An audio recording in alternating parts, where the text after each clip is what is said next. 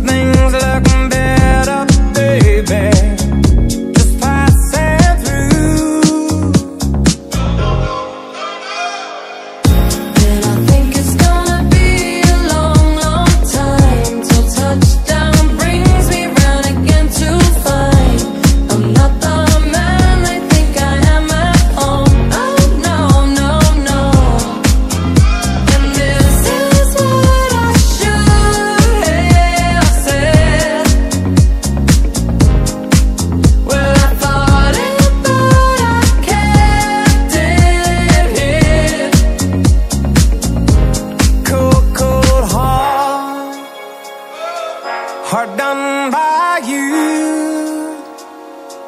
Some things look better, baby, just passing through.